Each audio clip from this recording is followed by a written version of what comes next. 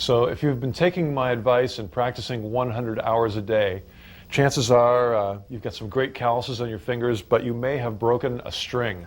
And I remember the first time I broke a string, I had no idea how to fix it. So I'm going to try to show you how to fix it today.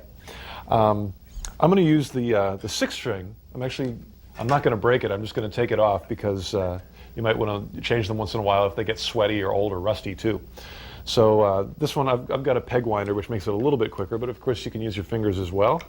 And I'm going to loosen it up. I'll turn it up a little bit so you can hear. Don't normally do this, but it's always fun. There we go. Yeah, good sound.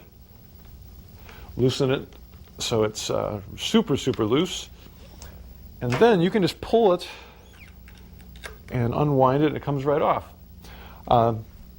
The next thing is there's a bead on the end of the string that keeps it attached to the bridge. And so you're going to have to push this through a little bit.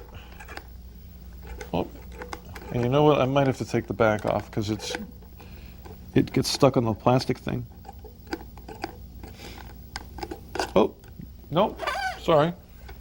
I don't have to take the back off. But if you want to, you can. This unscrews and it gives you real easy access to all this. So I managed to get it through without taking it off. And just pull it out, and your string is off. And don't step on the ends because sometimes they're sharp and you don't want to cut your toe. So I'm going to wind that up and get a brand new string. It looks like this.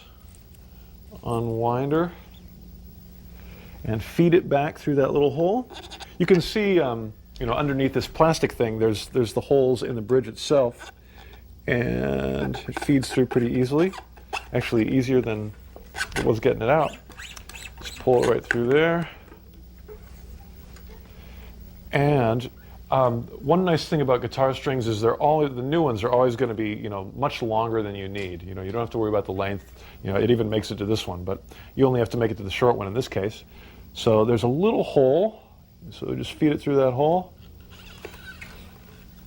And you want to have a couple of winds around that peg so it holds it good and tight.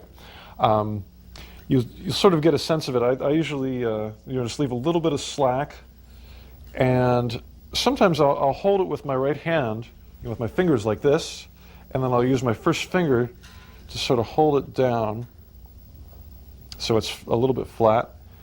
Start turning it. You want to turn it so, I guess this would be counterclockwise, this guitar. And the reason I'm holding it here is to make enough tension to make a good crimp on the metal. I also pushed up on the string here to get it out of the way. So when it goes all the way around, it will go underneath. When it starts wrapping, it'll go underneath that first wrap. So each time it wraps underneath, not over. And that'll keep solid pressure on the nut. Of course, if you've got one of these string winders, that makes your work a lot faster. And we're going counterclockwise again to tighten it up. Once I feel the pressure on my right hand, I can let it go. And from there, tune it up to pitch.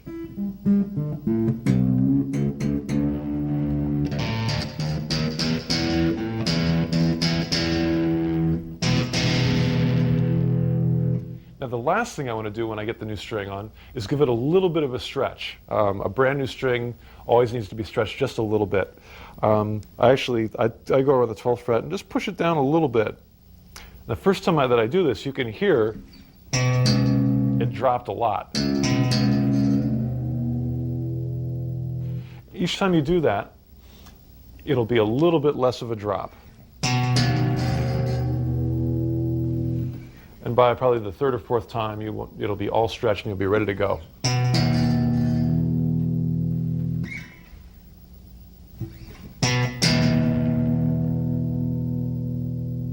Yeah.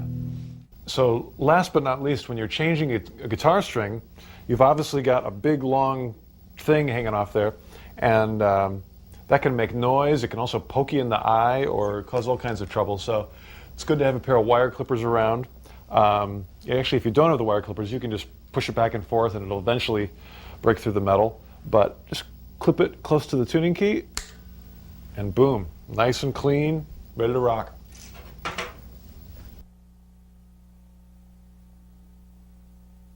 So now I want to show you some of the parts of the electric guitar that aren't so obvious, some of the mysterious parts. When I first got an electric guitar, there was a lot of things that I didn't quite understand, and so hopefully I can take some of the mystery out of it. I brought with me a Phillips head screwdriver, and the first thing I want to show you are the pickup height adjustment screws. Obviously you've got 3 pickups, and each one of them you can decide how high it is, off the body and how close to the strings it gets. Why would you want to do that? Why do you want to change it? Basically, if the pickup is closer to the strings, it's going to be a little more high output, a little bit louder, a little more distortion. Although you can't have it too high because then it'll touch the strings and it'll start buzzing and making noise. So you want to get a good balance, and you can just, if you turn it clockwise, it's going to go higher towards the string, and if you turn it counterclockwise, it's going to get lower, further away from the string and quieter. You don't want to go too low because then the screw will come out of the pickup and the pickup will be loose. So be a little bit careful with that. It's easy to fix, but you want to keep it in good shape. The next thing I want to show you is the back of the guitar has a plate that you can usually change strings without taking it off, but sometimes it is easier if you do take it off. And plus I can show you a little bit about how the tremolo works, the whammy bar that is. So I already took a bunch of the screws off, so this is pretty much ready to go. And there, I've slid it off, and look at that thing. How the heck does that work? This is the back of the bridge, and this actually moves. I'll show you in a second. It's got springs, so the springs balance the tension of the strings, springs and strings. So I'm gonna put the whammy bar in, and I'll show you just how it works. So you can see when I move the whammy that this bridge moves. And there you go, it's moving. And you can even hear.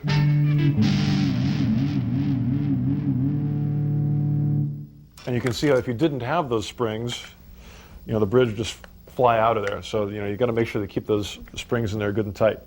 And if this is off, it gives you really, really good access to putting the strings in and out of there. So a lot of times it's easier to change the strings that way. If you put in a heavier gauge of strings, it's going to be more tension on the front of the guitar, so you need to screw this in a little more to balance it. But that's something that you might want to have a guitar tech do at your local music store. It's a little bit tricky, but it's certainly not going to break it to mess around with it. So that's what all that does. Let's put it back on. Oh, the input jack. This occasionally, if you play your guitar all the time, or if the temperature changes, like if you bought your guitar in the summer and it changes to winter and it gets cold, sometimes the little nut on this will come loose. Of course, you can tighten it with a tool or like set a needle nose pliers. But if it's really loose, sometimes it's good to unscrew all 4 of these screws, pull it out so you can hold the back side of it. That way it won't get twisted around too much, and it'll keep all the wires inside in good shape. I love that sound. And underneath this plastic thing is all the wiring for the pickups and the knobs. And that's something you really don't want to mess around with unless you're really good at electronics and soldering irons and all that sort of thing. And that's a whole other skill. So I'd recommend that you leave this on. There's really no reason to take it off unless you're like a trained soldering iron electronics pickup guitar expert. So that should be fine. Just leave that on there and you'll be set to go.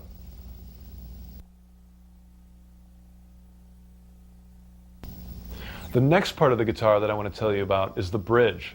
The bridge consists of a couple different parts. There's 6 individual saddles. They're called saddles, and each string comes out of each individual saddle. There's also 2 screws that adjust the height of the bridge, so you can change how high the strings are off the neck. If it's lower, a lot of times it's easier to play. If it's higher, a lot of times you get slightly better sound or a clearer sound. So you want to get a balance between those. There's also screws back here that will adjust the distance of the string, between where it starts off the bridge and the nut. It's a very fine and small adjustment, but it can help you stay in tune. It's also the sort of thing, for all these adjustments, you'd probably want to take it to a guitar repairman. They're going to know, how to make those fine adjustments and make your guitar set up perfectly. But chances are it came from the factory in good shape, and you really won't have to tweak it at all. So that's the bridge, and I would suggest, leave it alone. It's probably great, but if you have any problems, take it to a tech.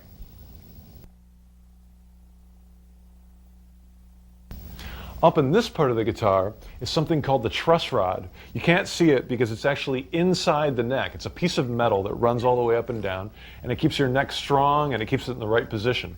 It can be adjusted, and there's a little hole up here where you can put a tool in and turn it left or right. I would recommend leaving it alone because it does take some training to figure out which way to turn it and how to get it right. You shouldn't really have to mess with it because chances are the guitar is in perfect shape out of the box. If you feel something's wrong, then I would take it to a guitar tech at your local music store. He knows what to do and he can get it rocking for you.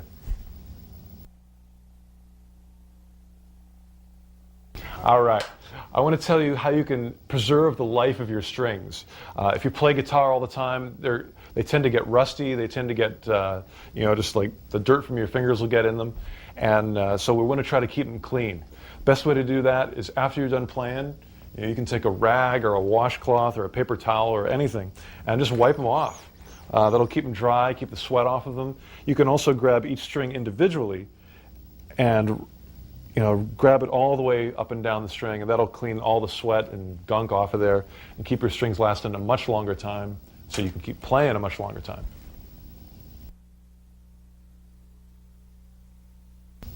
The other thing you can do to keep your guitar in good shape is sometimes the fingerboard, if you play a lot, will get get a little dirty or get some scum on there, and you can clean that off with, you can go to your guitar store and get some lemon oil or guitar cleaner, and that'll take it off. It'll also keep the wood on your fingerboard in good shape.